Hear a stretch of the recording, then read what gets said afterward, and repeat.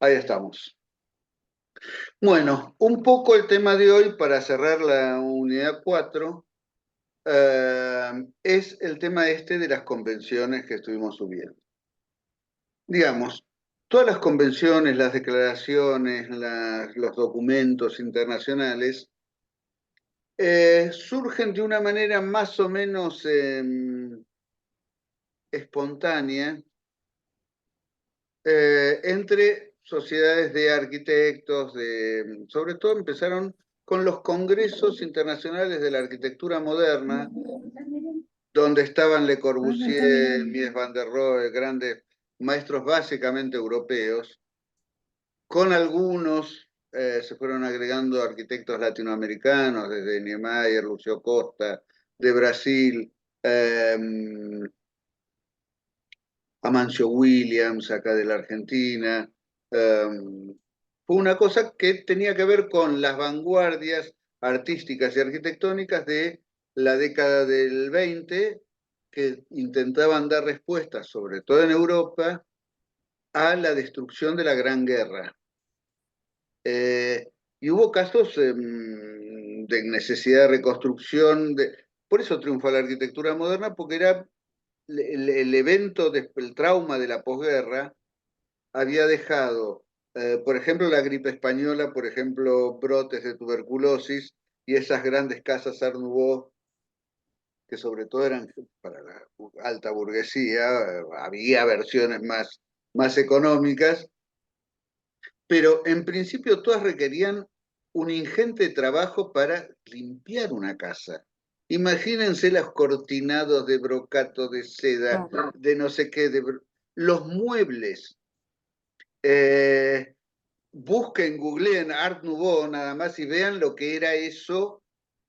Es fascinante para estudiarlo como etapa de la historia de la arquitectura o del arte, pero es una atmósfera, y se habla en los críticos, enrarecida del Art Nouveau, la atmósfera enervante del Art Nouveau. Es el último gran estilo decorativo con todo lo que se imaginan de lo que fue la arquitectura del siglo XIX.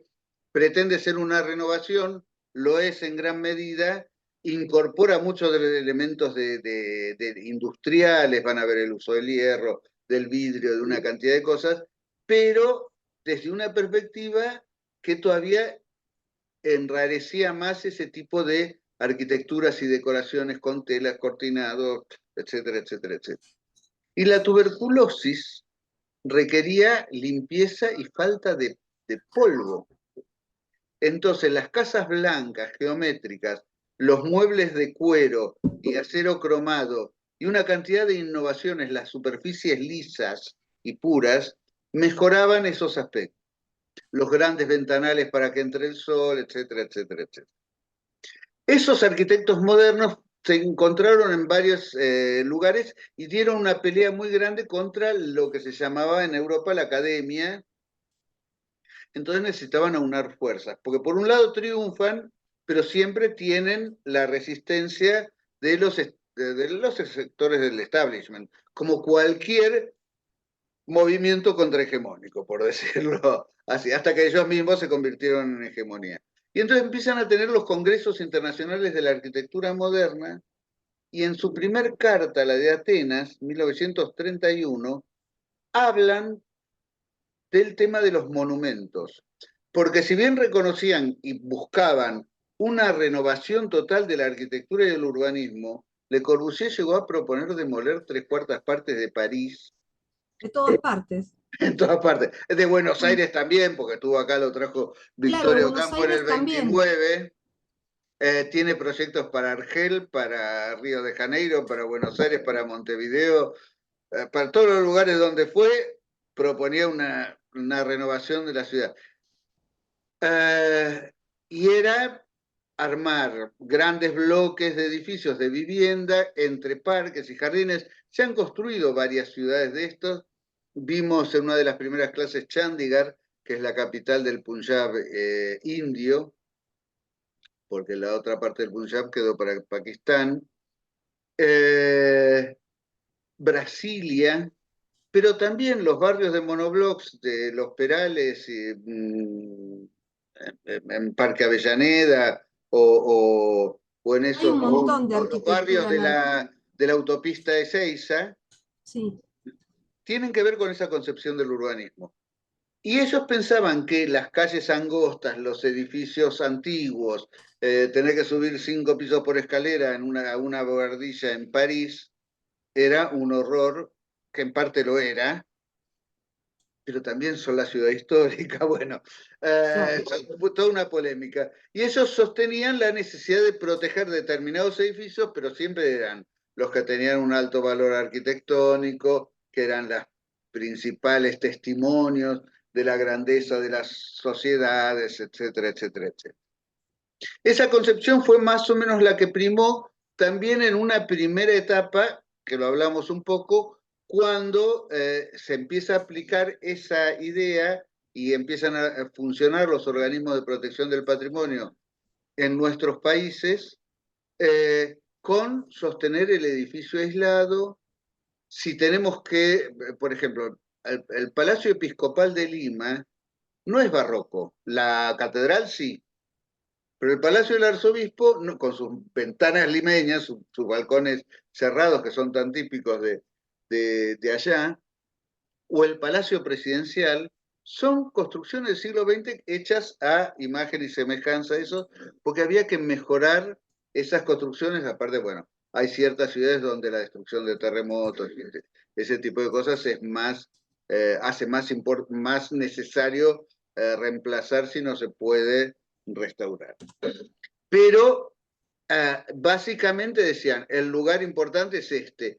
Cuando se restaura el Cabildo de Buenos Aires, el que todos los que somos, dibujamos de chiquitos en la escuela primaria con los 5 arquitos, había sido completamente desfigurado, que yo, esto más o menos lo dijimos, y cuando busqué a Solo Restaura, demuele habitaciones del siglo XVIII, que estaban tan transformadas como para dejar el cabildo como exento, como si fuera una joyita en medio de una plaza. Después se construyeron algunas otras eh, oficinas y demás, el que da Avenida de Mayo, que es de la época del sesquicentenario de la Revolución, 1960, pero estaba suelto ahí en medio de jardines, enfrente de la Plaza de Mayo, todo lo demás, pero de alguna manera desnaturalizado. Entonces el concepto del monumento aislado un poco se consagra en esto, porque digamos, es lo único, no los podemos demoler porque sería una locura demoler el Louvre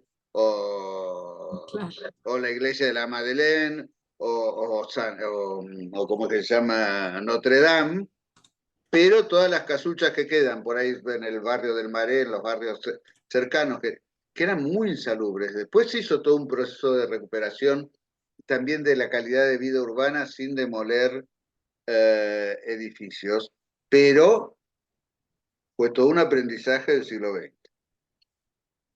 Pasan los años, después de la Segunda Guerra Mundial, hubieron también eventos como de reconstrucciones que se supone que si uno tenía que respetar la materialidad absoluta del bien, porque esa era portadora de esos mensajes tan, tan unívocos y tan esenciales de las civilizaciones del pasado que habían llegado hasta ahora, sería un absurdo haber reconstruido el centro histórico de Varsovia, y con el aval de la UNESCO se reconstruye.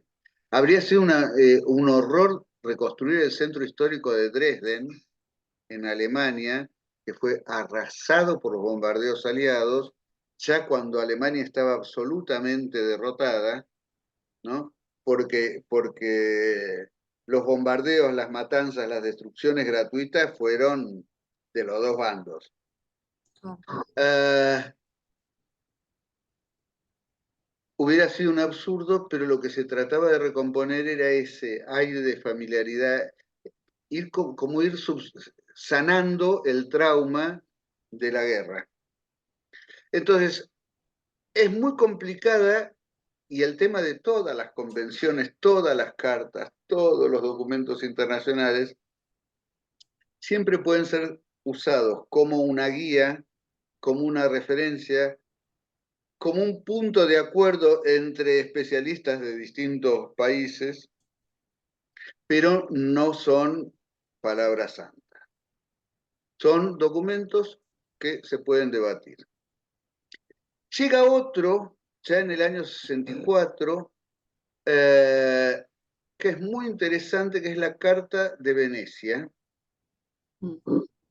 que es así, es muy bueno leer sobre todo la introducción, porque después tiene consideraciones más especializadas, pero bueno. Portadores de un mensaje del pasado, los monumentos,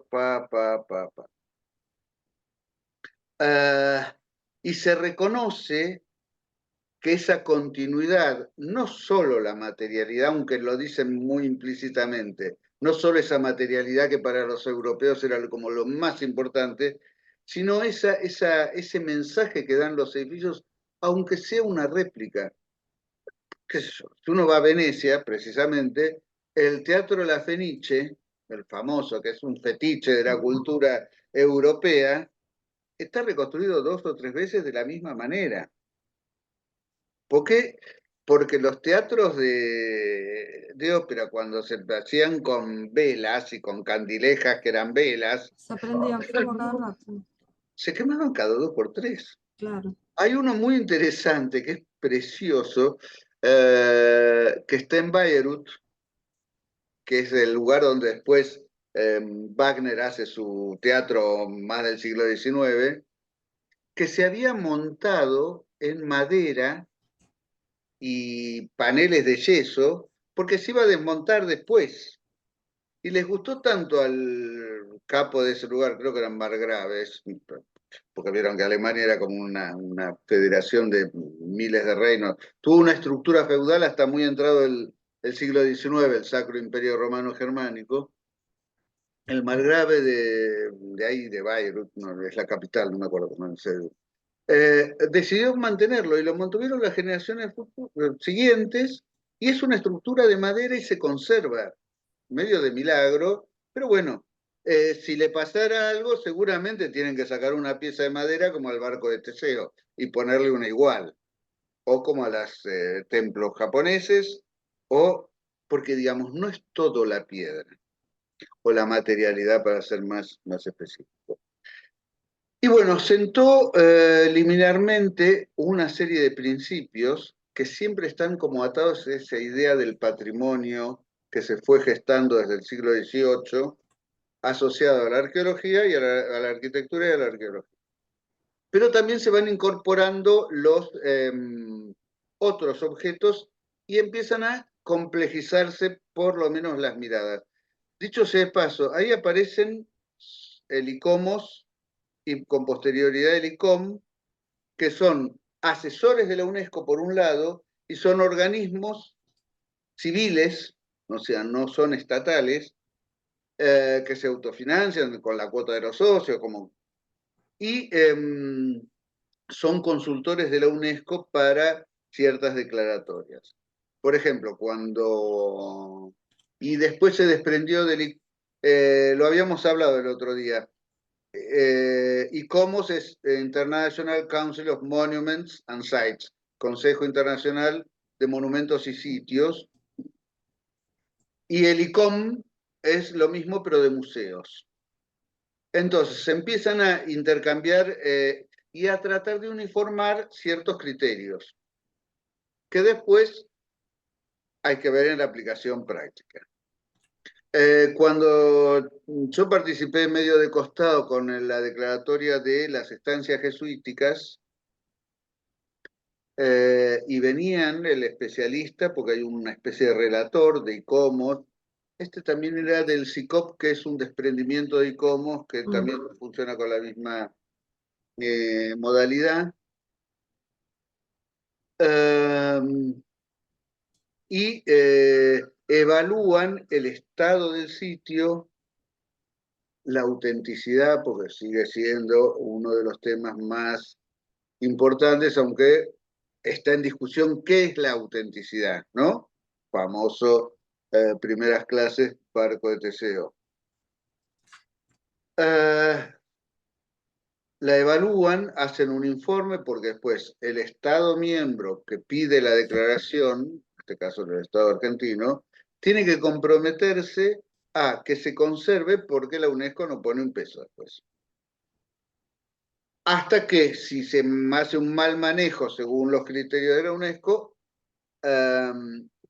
puede perderse la declaratoria. Siempre hay recomendaciones para hacer y qué sé yo. Sí me tocó participar la manzana jesuítica de Córdoba, que es la manzana, como la manzana de las luces, pero más antigua, donde está el Colegio Montserrat, que es la iglesia de la Compañía de Jesús. Hay un pequeño porción de la manzana que está todavía en manos de los jesuitas, a diferencia de lo que pasa con la manzana de las luces. Sarmiento pone la Academia de las Ciencias ahí. Hay otro edificio de Jaime Roca, que es un arquitecto neocolonial en otra de las esquinas, y esa manzana en algún momento en el siglo XVII, o sea, de una manera muy antigua, había ocupado 2 manzanas. Y continuó así hasta el siglo XIX, que la Municipalidad de Córdoba decide reabrir la calle, ahora no me acuerdo cuál es, sí, bueno, no importa. Y queda como cortada la manzana, y hay muros jesuíticos en la manzana de enfrente, lo que era el refectorio del colegio, el comedor. Ahí después se arma un instituto técnico de la universidad, en otra casa aledaña el comedor universitario, y es donde está el Teatro Rivera Indarte, que es ahora Teatro San Martín, a la vuelta. O sea que son como también los lugares de los jesuitas en las ciudades argentinas y en muchas otras ciudades americanas, generaron polos de universitarios y de la Manzana de las Luces se llama así porque ahí se funda, entre otras cosas, la Universidad de Buenos Aires. Ya en nuestro caso en periodo independiente. El de Córdoba es de 1613. Y entonces, en esos terrenos donde estaba el ITU, el Instituto Técnico Universitario, y el comedor, deciden hacer para el 4º centenario de la universidad un edificio, un centro cultural universitario, un edificio muy interesante. Pero tenían que arrasar un poco con estos otros. Y fue toda una polémica, tuve que viajar varias veces, porque, digamos, había que poner en valor esos 2 muros. Se trató de conservar una parte de la estructura de este hito, aunque era un edificio más moderno. Había abarcado esos muros y los había utilizado lo habían utilizado para ellos. La idea era en algún momento peatonalizar esa calle, Duarte Quirós, ahí está, o Quirós, como le dicen algunos cordobeses, y marcar en el piso, por ahí, cómo era la continuidad del edificio del Colegio Montserrat, que es un edificio muy antiguo, reformado sobre todo en sus fachadas en el siglo XX por este arquitecto Jaime Roca. Pero bueno, ahí tenemos el ojo, sí, de la UNESCO siempre vigilante. No está mal, pero por ahí donde hay intereses económicos, como ya lo cité varias veces, en el caso de la quebrada, ahí es más discrecional cuando debería preservarse una complejidad, porque no es paisaje, cultural, es arquitectura, es urbanística, porque las ciudades de la quebrada son todas fundaciones muy antiguas, con edificios y con estructuras arquitectónicas también muy antiguas, que albergan ese modo de vida resultante de una fusión que en principio fue muy violenta entre una cultura originaria y la de los invasores. ¿Qué sé yo? Tilcara tiene las ruinas reconstruidas del Pucará, me parece que se pronuncia en Humahuaca, Sí. Que con dicen la que están ciudad mal colonial. reconstruidas, ¿no? Dicen que están mal reconstruidas, hicieron medio lo que No se Sí, respetaron ciertas cuestiones con respecto al tema de cómo organizar las piedras y cómo la forma de sí, sí, reconstrucción sí, no responde a lo antiguo. Fue muy criticado, sí, sí, sí. Pero bueno, es criterio de la década del 30 de totalmente, Ambrosetti. Pero hay claro. una cosa que me parece que es importante decirlo porque desde la Carta de Venecia es un poco el dedito admonitorio de todos los restauradores de arquitectura que nos enseñan a los que trabajamos en esto, aunque yo no me considero restaurador. Eh, es que la restauración termina, porque definió varios tipos de intervenciones, la restauración termina donde comienza la hipótesis. Si yo no sé cómo era, no lo tengo documentado, no lo tengo perfectamente evaluado, no puedo hacer un reemplazo. No puedo, si yo no sé cómo era la cara de no sé quién, tengo que demostrar que eso no es original, qué sé yo. En el molino, en la confitería del molino, en la aguja, mal llamada cúpula, pero es una espira, una aguja. Había, vieron, no sé si la vieron, tienen como costillas de hormigón y vitrales. Los vitrales se consiguieron los modelos y se pudo reconstruir. Pero por fotos se sabía de la presencia de unos leones alados en Ah, sí. cuatro, perdón, eh, que no se sabían cómo eran. No había foto cercana, no había un modelo del estudio del arquitecto que hizo o del escultor el que convocó. Y entonces, en discusiones entre los especialistas del Congreso y nosotros, lo que decidieron es, hagamos unas piezas que ocupen ese volumen, porque le dan la riqueza, aunque no sean auténticas, las datamos Sí, sí. y tienen un modelado de aristas, o sea, son cantos más vivos que los que seguramente tenían en el 1916 cuando se hicieron. Eh, entonces, para un ojo avisado, esto es algo del siglo XXI que ocupa el lugar de una cosa parecida, que tiene más o menos el mismo volumen, que existía antes. Pero para un ojo no avisado o desde cierta distancia, la visión es más completa y más similar a la original. Yo, una de las cosas que discutí, todavía era joven, así que era medio impertinente con los capos de entonces de la Comisión de Monumentos y con algunos especialistas que vinieron eh, para los famosos fastos del quinto centenario, que hubo aportes de dinero de España que había que aprovecharlo. Entonces empezaron a restaurar varios edificios de la Avenida de Mayo, que estaba muy deteriorada. La Avenida de Mayo, que había sido esplendorosa al principio, después de mitad del siglo XX empezó a degradarse. Bueno, aparecían toldos metálicos en las veredas que desnaturalizaban los edificios, se modernizaban las plantas bajas con un criterio espantoso, se reemplazaban ventanas por otras cosas que no tenían nada que ver. Bueno, se había perdido mucho su carácter original.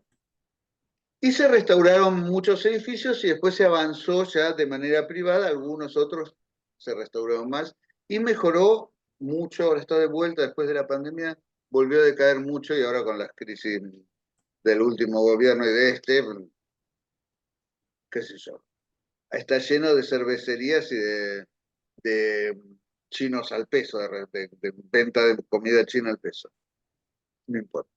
Pero otra de las cosas, si uno ve las postales antiguas de la Avenida de Mayo, va a ver que en todas las techos de pizarras, las mansardas, se coronaban con unas que se llaman cresterías, que son como unas rejitas eran o de zinc o de hierro cincado, eran de varios Sí, son materiales. preciosas.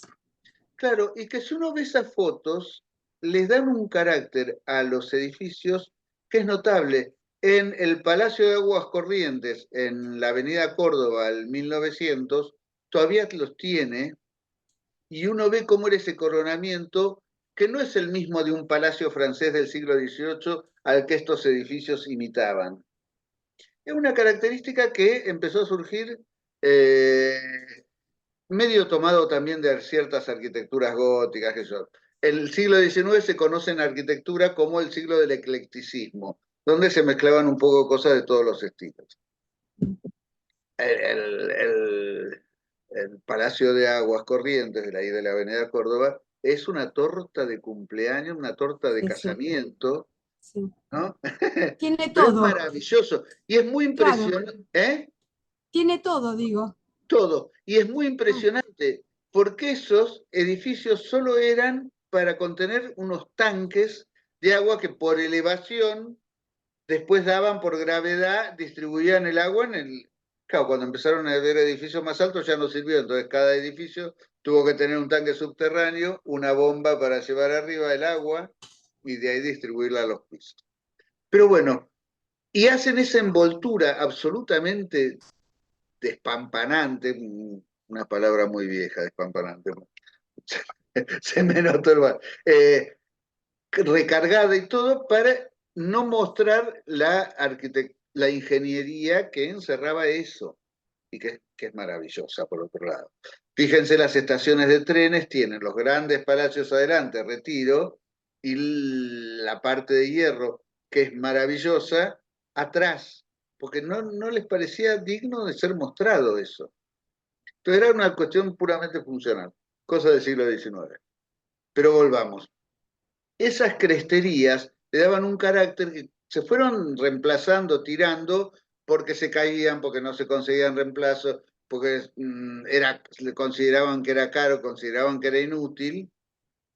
Y hoy por hoy, aunque el edificio esté en pie, restaurada la fachada, restaurado las carpinterías, las ventanas, las puertas y todo, y sean maravillosos, si uno mira para arriba, no es lo mismo. Entonces, esa cuestión de autenticidad es todo un tema que vamos a tener que ir cuestionándonos. Ustedes por ahí no, pero nosotros los arquitectos sí, nosotros todo el tiempo, todo el tiempo. ¿Eh? claro. Y después, bueno, pero ya les digo, esos mandatos liminares aparecieron con la Carta de Venecia, que están muy bien en cierto sentido para no malversar edificios antiguos en la medida que se puedan conservar, es mejor conservarlos, por eso que decíamos, tienen carácter de testimonio, tienen carácter de documento, o sea, yo puedo aprender montones de cosas de ver cómo se construía en cualquier parte del mundo si conservo esos edificios o si conservo las técnicas y si tengo que hacer una renovación, las hago. Nosotros en edificios que tienen mucha antigüedad, piensen que la arquitectura pampeana, la de Buenos Aires, al no tener piedra, era al principio, siglo XVI, XVII, de tierra. En Santa Fe todavía se conservan algunos edificios, pero en Buenos Aires rápidamente, a partir del siglo XVIII, se cambian por ladrillos. Los jesuitas en 1795 empiezan a cocinar ladrillos en Buenos Aires y descubren cómo hacer cal con las conchillas de los lechos de los arroyos. Y descubren ciertos yacimientos de conchillas en lo que ahora es Barrancas de Belgrano, que se llamaba La Calera.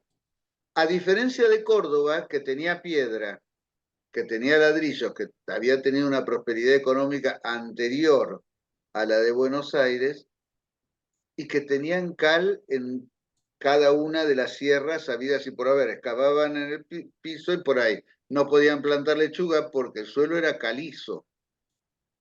Entonces, tenían mucha materia prima para hacer cal. Acá en Buenos Aires costó un poco más. El auge de Buenos Aires empieza en el siglo XVIII y entonces se empieza a triturar esa conchilla, se la cocina y se consigue la cal para hacer las paredes, para levantar paredes. Entonces, los edificios más antiguos que se conservan son de ladrillo, porque se reemplazó prácticamente el 100% en Buenos Aires, en la ciudad. Pero en el campo se continuaron con técnicas similares aún en épocas más tardías. Y entonces uno va, por ejemplo, nos pasó en el Caserón de Caseros, que está dentro del Colegio Militar, era un establecimiento rural del siglo XVIII, que tenía el famoso palomar, eso es el que le da el nombre al pueblo, y las palomas se criaban para comer. Entonces, con los ladrillos así dejaban los huecos para los mechinales, se llaman los niditos de las palomas, y cuando estaban bien gorditas, iban las mataban y las cocinaban. Arroz con pajarito, no sé cómo se comía. Pero era una comida muy apreciada la de la paloma. Y eso pasa en muchos establecimientos, sobre todo rurales, en algunas pocas casas urbanas en la zona sur de San Telmo y Catedral al Sur, también se ven, aunque hubo mucho más reemplazo que en otros pueblos, que por ejemplo nosotros tenemos vigas de maderas duras que por ahí venían encangadas por el río, porque acá había muy poca madera, y se cortaban a azuela. O sea, con una chita se les iba dando la forma. Entonces no tiene una escuadría, si yo la corto transversalmente, el rectángulo de la viga va a ser cachuzo y a lo largo de toda la pieza es una pieza armada. Pero ese trabajo con esa herramienta nos da una característica y nos permite datar como las piezas más antiguas de el Caserón de Caseros. Al lado de eso, después vinieron algunos reemplazos con maderas que ya son por ahí exóticas, o sea, maderas importadas, se empieza a importar hasta la madera, hasta que empieza a haber más plantación de pinos o de otras maderas en zonas más cercanas, y que estaban trabajadas con sierras manuales.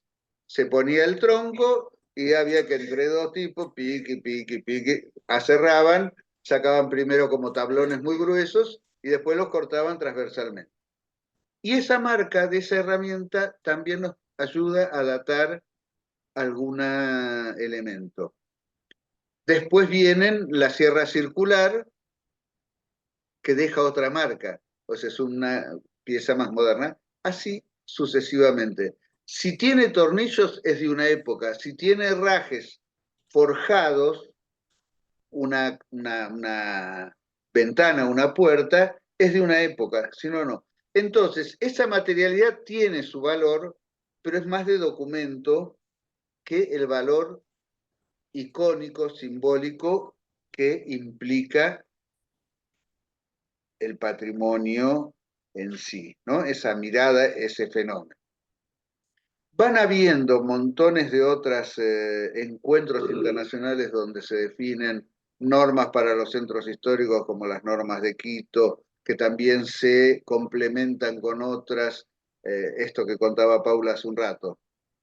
Se van completando, se van generando, se van ampliando, se van actualizando algunos conceptos, porque también en el nivel de la hegemonía de los organismos internacionales y de los especialistas, hay también descubrimientos, hay estas discusiones que no es lo mismo la mirada de un europeo ex colonizador o colonizador en un país desarrollado, etcétera, etcétera, respecto de su propio pasado, que la que podemos tener nosotros, o la que pueden tener los japoneses, los chinos o los vietnamitas, o cualquiera, o un país africano, que es que fueron tan arrasados por por los europeos.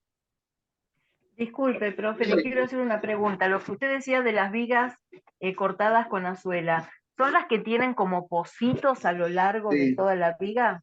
sí. Que es muy interesante un dato. Si ustedes ven lo que se llaman las casas neocoloniales, sobre todo los chalets californianos, que podemos verlos con piedra en Mar del Plata, o el estilo Mar del Plata a veces, ¿no? No el de las grandes mansiones de la alta burguesía de fines del siglo XIX, principio del XX, que ya, la Villa Ortiz Basualdo, sino las casitas menores.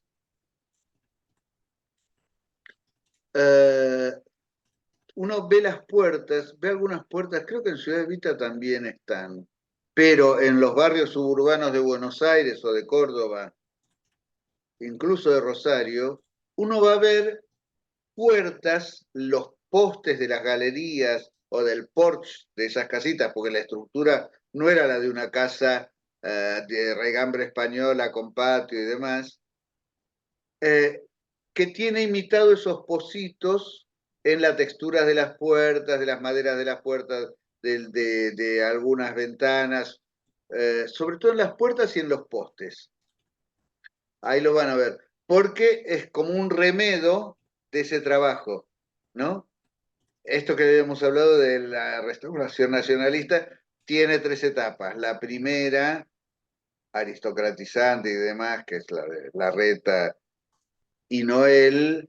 Ya Noel también trabaja para el gobierno radical, pero estamos con Ricardo Rojas y su casa hecha por... me agarra el coagulito y se me va el nombre del arquitecto. Guido, que eran ambos radicales. Y después viene la etapa del californiano, que tiene que ver con la llegada de las películas norteamericanas, que es asumido primero también por la clase alta, después por las clases medias, y por último, el gobierno peronista los multiplica a menor escala en los chalets del barrio Saavedra, acá en Buenos Aires, no sé si alguien lo conoce, que está sobre la General Paz, cerca de Parque Sarmiento, Ciudad Evita, algunos otros barrios en otras ciudades, los hospitales de la época de Carrillo y demás que están en todo el país. Es muy interesante eso, cómo también va pasando de clase social un determinado movimiento arquitectónico. Entonces, bueno, retomamos. Esas cartas van definiendo, hay cartas de patrimonio industrial, porque se empezó a valorar esa herencia también industrial, digo, y no solo la europea, que fueron los iniciadores de por ejemplo, los grandes puentes ferroviarios. Hay la primera mitad del siglo XIX, en cuanto a la industria, es de una innovación tremenda, pero básicamente en Europa, Inglaterra primero, Francia, Alemania con mayor retraso, un poco después Austria-Hungría, etcétera, etcétera. O los Estados Unidos. Ellos tienen encima la segunda revolución industrial movida por el petróleo, son los iniciadores. Digo, esto les da una hegemonía a nivel global inmensa. De alguna manera nosotros también participamos de manera subsidiaria, subordinada, de eh, de esas bienes que vinieron con los ferrocarriles, digo, grandes estaciones o las pequeñas estaciones, los puentes. Es muy interesante si uno va a la costa, acá, la ruta 2 cambió de traza, o sea, la que va a Mar del Plata, en varias oportunidades. Lo mismo que otros caminos, que se hacen caminos mejores con un puente a 300 metros. Y uno va viendo piezas de puentes Puentes, y cosas, preciosos. ¿eh? Son Después preciosos. empieza a utilizar el hormigón y también hay todo un movimiento de esto ya hecho por Vialidad Nacional, con un keynesianismo primero que lo tiene la década infame. Justo es el gran introductor del auto, del Automóvil Club, los puentes que son como un arco con parantes que estaban todos pintados de blanco, pero son de hormigón y se nota de hormigón visto, salvo que está pintado. Que es el puente carretero entre Cipolletti y Neuquén. Hay puentes en Tucumán del mismo diseño en muchas ciudades. En otras se han ido reemplazando porque se ha favorecido el aumento del tránsito, pero digo, son piezas, el patrimonio industrial, que también merecen un reconocimiento o, a juicio de la UNESCO, merecieron reconocimiento y se han planteado. Y es interesante esto, porque aparte de los bienes del patrimonio cultural, valorarlos, conservarlos, duran más y es una desmentida a la obsolescencia programada tan cara al capitalismo del último siglo y medio. Ujú. ¿No? Entonces, Profe, como también la conservación y la valoración de ciertos bienes hace que seamos más cuidadosos también con la conservación del planeta, o sirve para esos fines. Sí, ¿quién me preguntaba? yo, profe Candela, ¿sabe Sí. que en Cosquín hay un puente donado o algo así por Eiffel? ¿Por? Em, Eiffel, el de la Torre de París, Eiffel, Ah, el ingeniero. no, sí, en realidad es una discusión de larga data.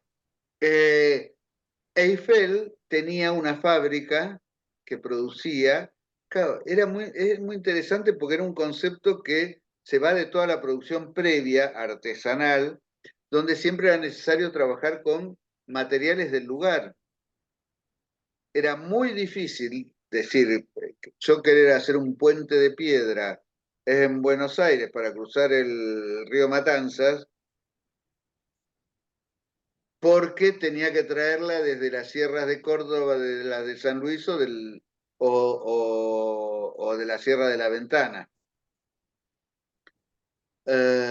Así todo, con el auge tenemos tantos umbrales y escaleras de mármol de Carrara, vos decís, ¿para qué gastar tanta plata en eso? Pero bueno, también la, en todo eso, en toda producción humana, queda un vestigio, queda un resto, es un testimonio de algún momento, del momento en que se produjeron. Entonces, si yo tenía roble de Eslavonia, mármol de Carrara, mármoles raros de Bélgica, zinc, el zinc, el material con que se hacían algunas mansardas o todas las canaletas y lo que bueno, piezas en los techos sobre todo. O el hierro fundido de los desagües, era todo importado durante prácticamente todo el siglo XIX y gran parte del XX. Entonces, eso también, el material y el origen, me dicen mucho de los modos de producción y de los sistemas económicos vigentes en ese momento. Lo de Eiffel, tenían y se vendían en todo el mundo ese tipo de... No era una pieza hecha exclusivamente. Ahí no me acuerdo si era un molino u otra pieza que se discutió enormemente, en Vialet Macé me parece que está, en Córdoba. Enormemente si era una donación de Eiffel para el no sé quién, para... No, se compraban. Claro. Se compraban piezas industriales producidas en serie. Era el modo. Así que sí, hay puentes de la factoría de Eiffel en todo el mundo. Acá quedaron pocos. Creo que había unos más. Sí, Pero porque bueno, la ¿eh? mayoría son ingleses de los puentes. Sí, Son sí. traídos de Inglaterra, las piezas, Eh, ¿no? claro. La Y mayoría son. muchos de los que se fanatizan con el aporte de los británicos con nuestra economía en la conformación de nuestro país, nadie dice que en realidad los barcos que venían a llevarse el trigo a granel, la carne y demás, necesitaban venir con ciertos lastres. Entonces traer cosas de hierro les resultaba bastante Claro, barato. Aparte vendían su producción acá también. sí, sí. Y nosotros Profe, comprábamos los bienes de la revolución industrial hechos sin haber hecho ninguna revolución industrial. Sí, ahí estoy viendo en prensacórdoba.gov.ar, dice, Mitoye y el dique San Roque son las obras más importantes del mundo en este momento, pero Mitoye no es productiva y el dique sí. Estas fueron las palabras que Alexandre Gustave Eiffel usó allá por 1889 para comparar su construcción, que más tarde se convertiría en el icono más famoso de París. con Dice, mi torre, la de París. Claro. claro, claro.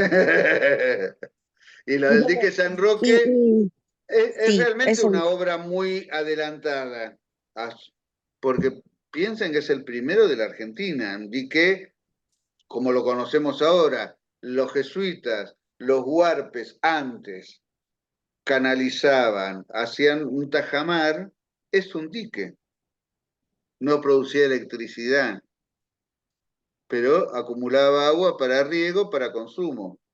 Claro.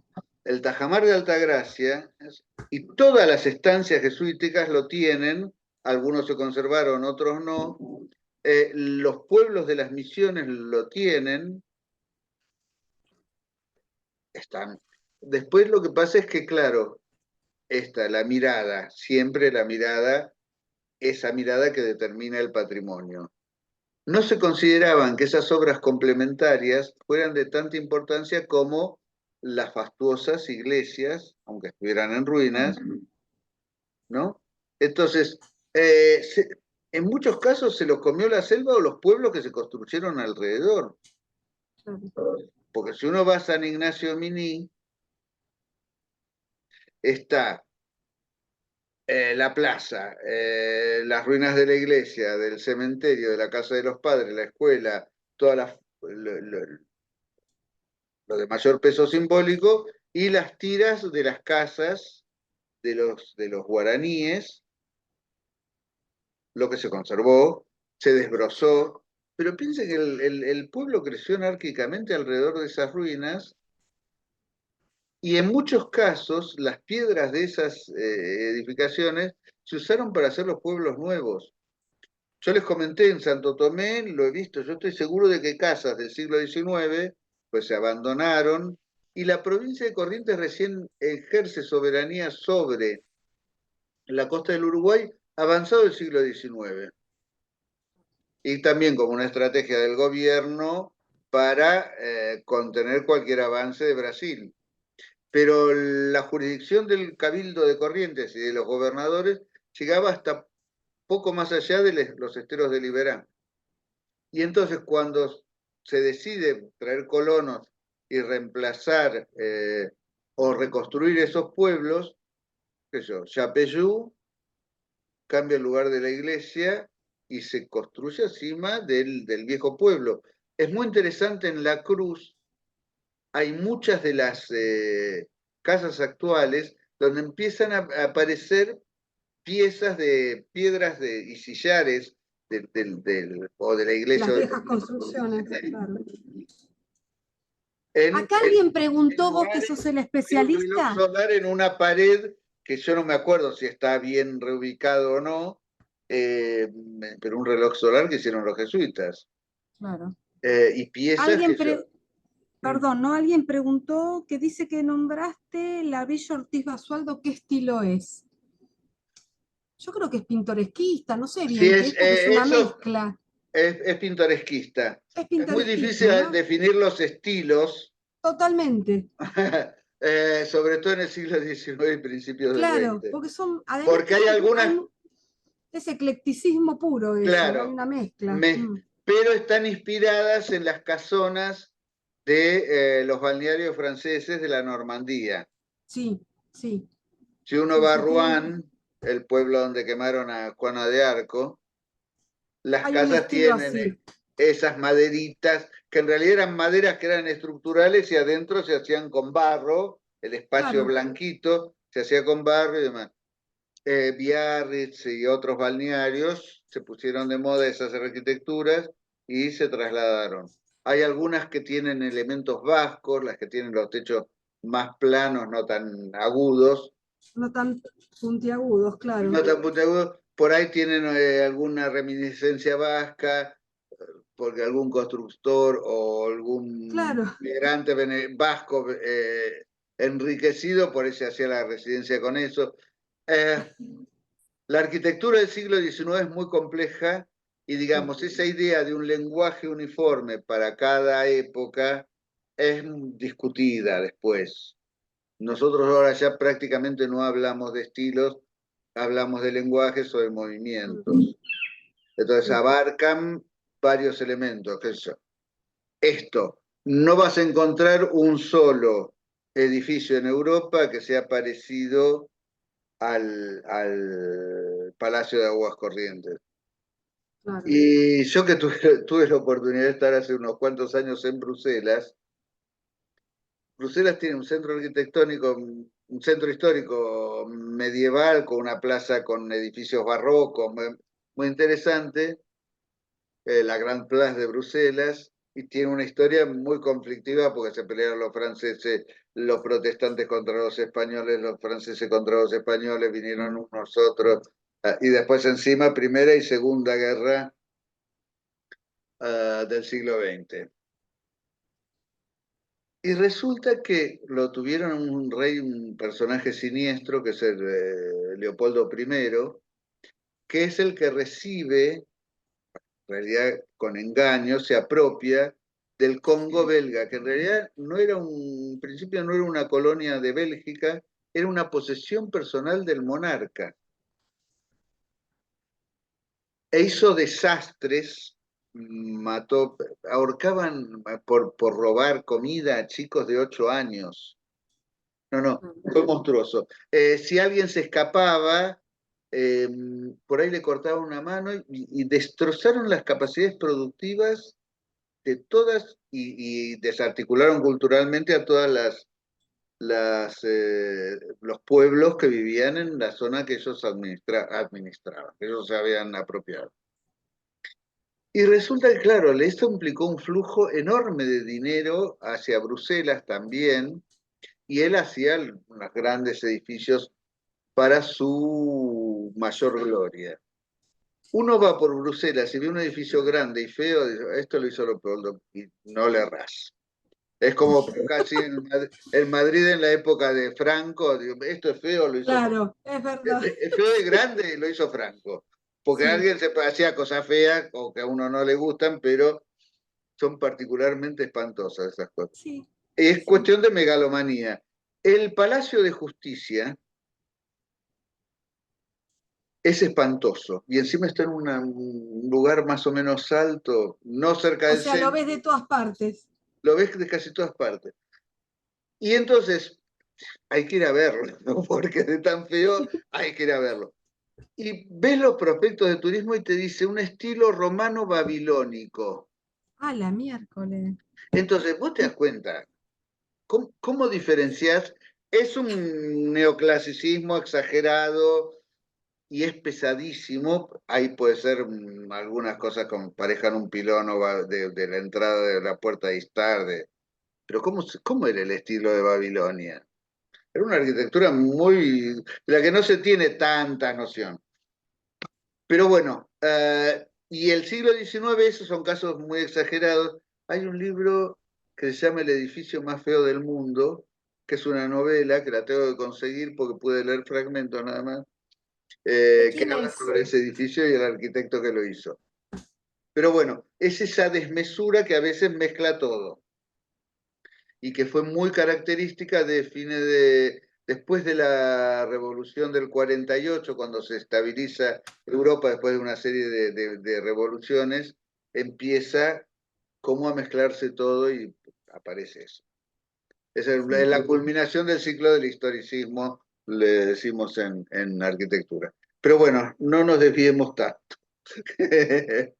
A mí me encanta, Hay yo cosas te que puedo no escuchar se, 3 todos horas. los arquitectos Se nos van a entusiasman, aburrir los, pero no.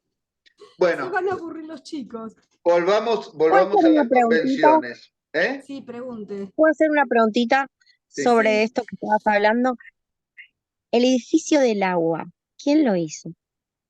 En realidad nadie El- se hizo cargo. Fue No se, horrible. no No, se Lo sabe, ¿no? tenía, no, lo tenía que decir. es en varios sentidos maravilloso, pero no, es una obra, está El firmado conjunto, por... lo que pasa es que el conjunto, profe, Ujú. es un conjunto, no me encanta. Está firmado por los planos por un arquitecto noruego, danés, no me acuerdo, era un escandinavo. Eh, pero aparentemente vino por piezas, es todo industrial, las piezas de cerámica, los escudos, Sí. y se armó acá. Eh, así que no se sabe. Probablemente el archivo de la empresa que lo construyó se perdió. Es probable que esa firma sea para poder presentarlo acá en Buenos Aires Claro. ante los organismos de la municipalidad y demás, pero no hay una gran certeza, porque era también, pueden haber sido, ya te digo, fabricados industrialmente, pero no lo parece.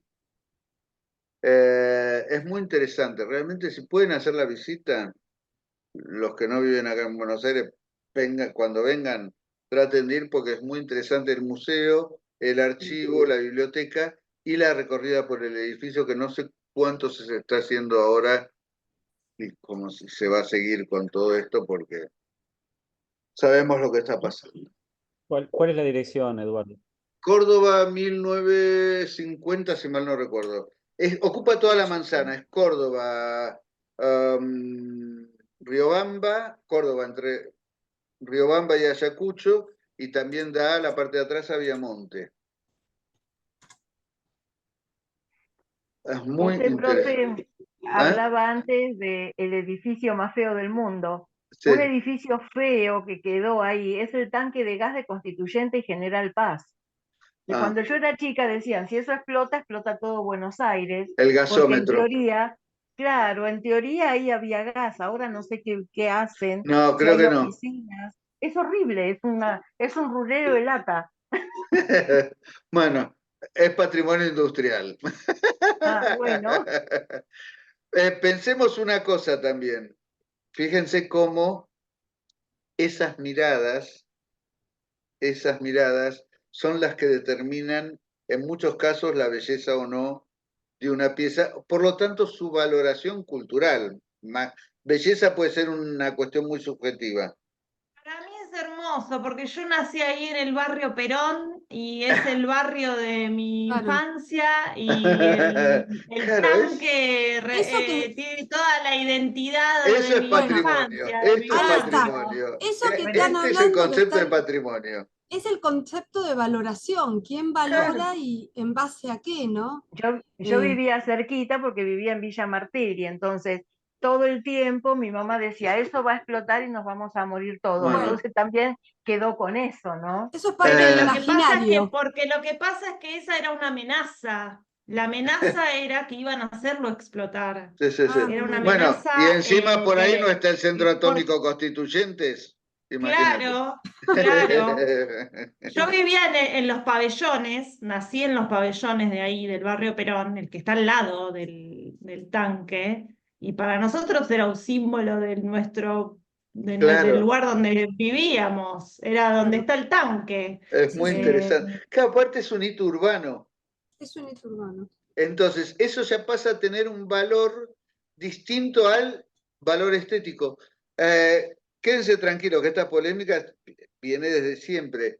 Cuando, ahora que hablaba Candela de la Torre y de Eiffel, la Torre Eiffel se construyó para ser desmontada una vez que terminara la Exposición Universal de 1889. Que dicho sea de paso, pequeño paréntesis, a un costado y en un lugar privilegiado estaba el pabellón argentino. Sí. Lo hizo un estudio francés, lo fabricaron en Francia y se montó ahí. Terminada la exposición, 1889, O sea, fue la del centenario de la Revolución Francesa. Se desmonta y se monta en lo que ahora es Plaza San Martín y fue destinado al Museo de Bellas Artes. 40 años después, cuando se extiende la plaza, eso podría haber sido desmontado y montado en otro lado. Se tira. Parece que rescataron 3 o 4 placas, porque era todo prefabricado. Y los restos desguazaron. escultóricos están, uno en Avenida San Isidro Labrador, acá en el barrio de Núñez, otro en Mataderos, creo que otro en la Avenida de los Incas, no me acuerdo. Encontraron 4 o 5, pero no se valoró para nada. Y en cambio, la Torre Eiffel, que tuvo una resistencia monstruosa de los intelectuales y de los artistas parisinos, que llegaron a pedir que no se continuara, porque esa chimenea de fábrica iba a, tengo que encontrar el manifiesto, iba a disminuir y aplastar toda la belleza de París. Y tuvo tal éxito que hoy es el símbolo de la ciudad y por poco de todo Francia en el mundo. Y es uno de los monumentos más visitados en el mundo, ¿no? Porque mucho de termina convirtiéndose en un fetiche cultural. Y fue resistido, pero no se imaginan cómo. Y cuesta mantenerlo, tiene un costo, pero la plata que le vuelve a París por eso es inmensa. Pues encuentro el manifiesto de los intelectuales, una carta para el prefecto no sé cómo se llama, el intendente o el prefecto del Sena, o no me acuerdo bien. Creo que la tengo. Volviendo, siguen habiendo cartas para temas específicos, convenciones, que las cartas son más que nada recomendaciones.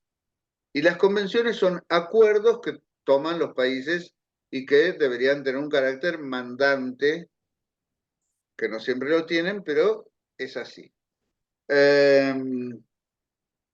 Y es más, algunos lugares declarados pueden llegar a ser quitados de la lista del patrimonio mundial o del patrimonio de la humanidad, que la diferencia es, unos son los bienes materiales y otros los inmateriales.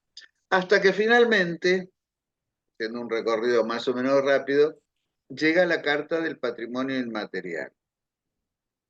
Fíjense, y esto lo dijeron varios especialistas, cómo la mirada del patrimonio instaurada por diletantes, arquitectos y también los nacientes arqueólogos, a partir de Pompeya, lo que habíamos ido viendo un poco la clase pasada y en otras, pasa a ser tan determinante que la misma UNESCO tiene que hablar de otro patrimonio que es distinto y ya nos quedó medio como grabado a fuego esas 2 visiones, que es la que nosotros desde la cátedra pretendemos poner en cuestión, apoyados en gente que sabe un poco más que nosotros y que la estudió con mucho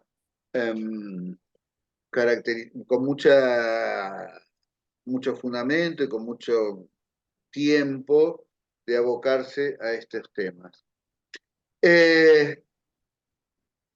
Laura Jane Smith, uno de los artículos que les mandé, que al final no revisamos la traducción, pero bueno, supongamos que está bien. Si encuentran alguna inconsistencia, algo que les suene raro, me avisan y lo vemos, porque la verdad que nos costó mucho poder revisarla. Yo creo que recién para fin de cuatrimestre lo puedo hacer y cualquier cosa se los paso. A veces pasa en el final de alguna palabra o justo de una Claro, a veces oración, el pero sentido de una palabra, los traductores, incluso la inteligencia artificial, todavía no saben manejar. Y no, claro.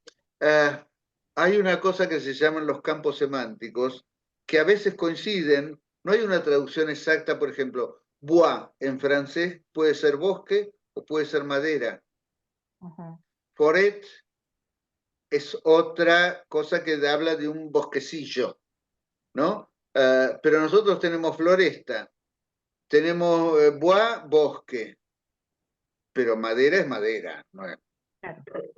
Entonces, las traducciones ahí se encuentran con esas dificultades. Lo que es el campo semántico de un, para hablar, me voy a poner en lingüista, de un significante en francés, puede coincidir o no con el de otros idiomas cercanos, y ni que hablar de otros idiomas.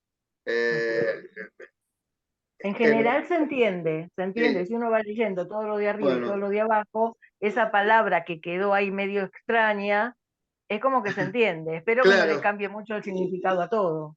Bueno, voy a ver si me puedo hacer el tiempo para ir revisando las traducciones, porque digo, yo no es que lea catalán fácilmente, menos hablarlo, pero es una lengua que se puede seguir con bastante. Que yo me acuerdo que cuando leía repte, pensaba en un reptil,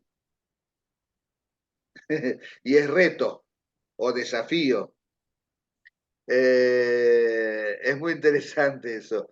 Pero volviendo.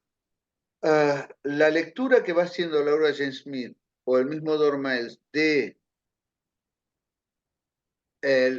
se aboca más a la Convención del Patrimonio Inmaterial, Laura Jane Smith, y la critica porque los bienes sí son distintos, es más difícil de definir porque qué sé yo contra un edificio camino y me choco, pum. O hay un guardia que me dice, usted acá no entra porque está abierto de 2 a 4 o Casa Rosada, imagínate si querés entrar. Entonces, los bienes son de otro orden y son más lábiles y por ahí también son más cambiantes. Esto que va a ser la ceremonia esta que estás viendo vos, Juanco, tuvo una evolución y fue cambiando de significado, pero hay una continuidad que se puede leer, ¿no? Se incorpora una tradición incaica a una ceremonia católica o permitida por los católicos para que después se arrepientan. Y se sigue continuando hasta el día de hoy. Esas tradiciones nosotros nos llegan de una determinada manera. Y después, bueno, ¿qué hacemos? ¿Cómo se sigue, cómo se conserva? Porque si tenemos que usar el mismo criterio que usamos para la, vamos muertos. Esto es una de las cuestiones que son de las más complejas. Me contaba Pablo Bonaparte que había estado trabajando hacía unos años cuando se quiere rescatar el tema del carnaval porteño. ¿Qué características tiene que tener una murga para que sea considerada del carnaval porteño? Pusieron tantas definiciones que hoy por hoy el carnaval no puede evolucionar y queda restringido a una forma fosilizada, porque si no es, y más cuando hay cuestiones políticas que en general todos los carnavales siempre fueron contestatarios, no decimos contrahegemónicos, pero bueno, eran contestatarios. Entonces, que si las letras tienen que decir esto, que si la vestimenta tiene que ser de esta característica, si la galera tiene que tener tanta cosa que sí, tanta cosa que no, terminás generando una réplica ridícula y restrictiva y no permitís ninguna evolución. Y digamos, yo no creo que ninguna fiesta popular, ninguna procesión católica en Sevilla o en Granada, para las de la Semana Santa, haya sido siempre igual a lo que nosotros vemos. En algún momento por ahí se cristaliza y se ritualiza de una determinada manera que, bueno, decís, bueno, permanece más o menos estable. Pero en otras sociedades o en grupos sociales no hegemónicos, probablemente las circunstancias hagan que tengamos que cambiar de forma, que por ahí en un momento las murgas, que eran originalmente de negros y mulatos, pasaron a ser prohibidas porque eran procaces, porque insultaban al poder, porque se burlaban de no sé quién, y a muchos gobiernos no les gustaba. Eh, el corso de la Avenida de Mayo, que había sido durante años como el emblema del carnaval porteño, las últimas ediciones eran una lágrima y no creo que se puedan resucitar. Pues también está cuando se quieren manipular, y volvemos al uso turístico, ciertas cuestiones que por ahí mueren. El patrimonio no se conserva. El patrimonio se valora o no se valora, y hay épocas en que se valora de una manera y en épocas que no se valora. Entonces, es un tema, esa intangibilidad del patrimonio, de todo el patrimonio, afecta a los bienes materiales y a los bienes inmateriales también, de distinta manera. Así que bueno, déjenme ver, estamos llegando a las 8. No sé si quieren hacer algún comentario, alguna pregunta, algún... Comentario no, pero por ahí leí algo de la DAP o el DAP, que no sé qué es, DAP, de Día de Adriana, P de papá. discurso autorizado del patrimonio. Ah, Es la sigla porque que usa Laura Jean Smith para referirse al discurso hegemónico. ¿Mm? Discurso autorizado del patrimonio, o DPA en algún... Creo que en algún momento... No, después ya se quedó con esa.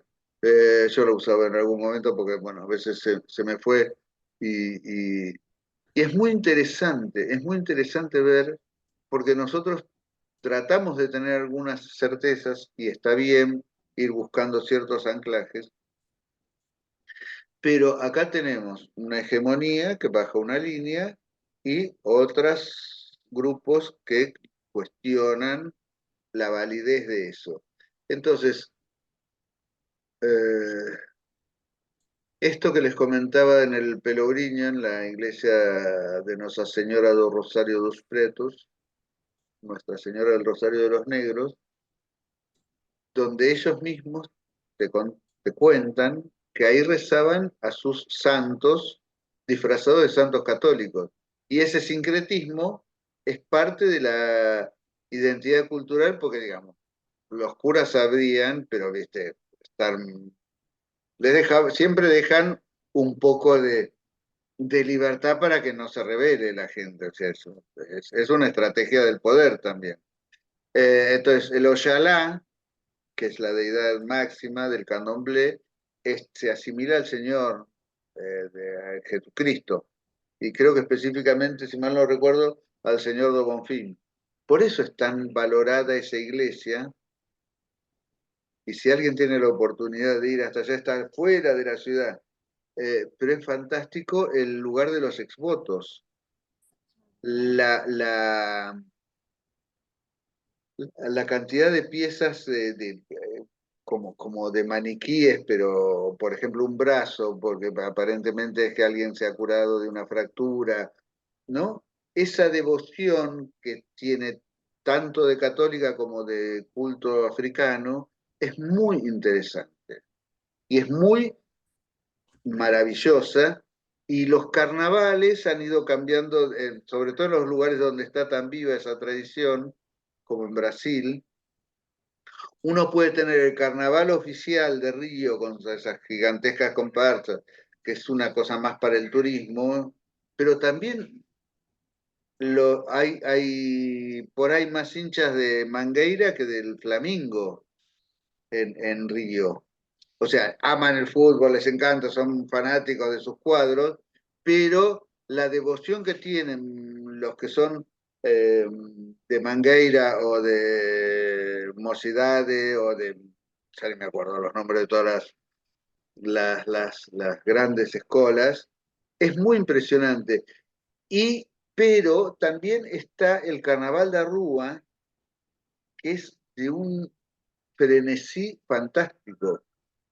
Es muy interesante eso. Y es muy vivo, cosa que a nosotros ya culturalmente hemos perdido la riqueza esa. Queda en los barrios, queda alguna cosa, pero no sabemos si estas restricciones que impone la ley para reconocerlos no los va a terminar encorsetando y los termina matando por asfixia. Es todo un tema. Y se pueden ir al de Bahía, que por los Antes de criollos. cerrar, traten Sí. de ir mañana a la marcha. Sí. Por favor, a los estudiantes, yo sé que acá el arquitecto va a ir también. Llevamos un libro, como dicen, como Llevan piden. el libro, Es una sí, buena, porque aparte Ah, es el ok, día ok. del libro. claro. Sí. Y es muy interesante porque es San Jorge también en la festividad católica. Ah, bien, es Y interesante. en Cataluña, obviamente en catalán San Jordi, Claro. y ellos regalan una rosa y un libro para el día de San Jordi. Es una rosa roja. Pero bueno, la gente acá de la UNA, de la parte de folclore, estuvo enviando, calculo que a ustedes también, unos formularios a través de Google Meet para anotarse, como para quedar no identificados, no van a pasar lista de los que van, pero sí por una cuestión de estar conectados, ¿no? Así Y sí, que, y de tranquilidad. claro, Esperemos que no haya, cuanto más masiva sea, menos lío menos, habría, menos claro, posibilidades de represión. Esto es así. sí. Así que bueno, Pero siempre existe un margen que pueda llegar a ser. Entonces, bueno, está bien tener esa data para poder llegar. Si llegamos a casa y avisamos, estamos bien, bueno, claro, fantástico. ¿Eh? claro. Pero bueno, hay gente que acá vive lejos, así que por ahí le va a costar. Pero bueno, los que Perdón, puedan, Paula, las que profe, puedan. ¿dónde está circulando em, A nosotros nos mandaron, a los profes nos mandaron un mail. Yo En el grupo de calculo que, WhatsApp, Nani, está. En el grupo de ah, WhatsApp nuestro, lo Ay, ahí lo mandó está. Alejandra. busco. Está No Ah, en el en de la bueno. el formulario materia, Google. no en el de la materia. No, No, no, no. por- Si quieren lo envío calculo que al el de la centro de materia. estudiantes se debe Sí, por manejar Y favor, por por me ahí lo los pueden mandalo si mandar. querés estudiantes. para que lo vea. Yo lo Por reenvío. favor. El Sí. grupo Lo que que yo digo es abunda de no nuestra sobra, cohorte que decía. arrancó en el 22, que estamos ahí. ¿Eh? En el mail, en el WhatsApp que yo digo es de nuestra cohorte que arrancó en el 22. Pero ahora Ajá. yo lo reenvío al grupo de. Dale, dale, listo. Bueno, gente, Bueno, buena Hasta si luego. nos jornada podemos mañana. encontrar mañana, me encantaría, porque Ahí está bueno estaremos. lo de las clases virtuales, es bueno, pero también falta algo del contacto más humano, que es mejor todavía. Así que bueno, si no, por este medio, el miércoles. El miércoles, listo. Yo ya le subí eso que les dije, así que ya le subí al Bárbaro. EBAED. Ah, Les hice vaya, una pestaña, así que vayan mirando. Mientras hablaba acá Eduardo, yo lo subí. Así que le subí un texto sobre patrimonio y paisaje cultural, ¿sí? fantástico.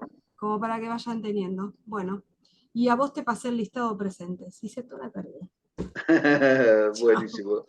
Hasta luego. Listo. Chau, chau. Chao, profes. Chao. Gracias. A una Chao. pregunta. ¿Hay Muchas alguien gracias. que no Sí. figura en algún lado de estas cuestiones porque vos me habías dicho que no estaban en la lista Sí, algunas de las personas que están matriculadas? ¿Está hoy?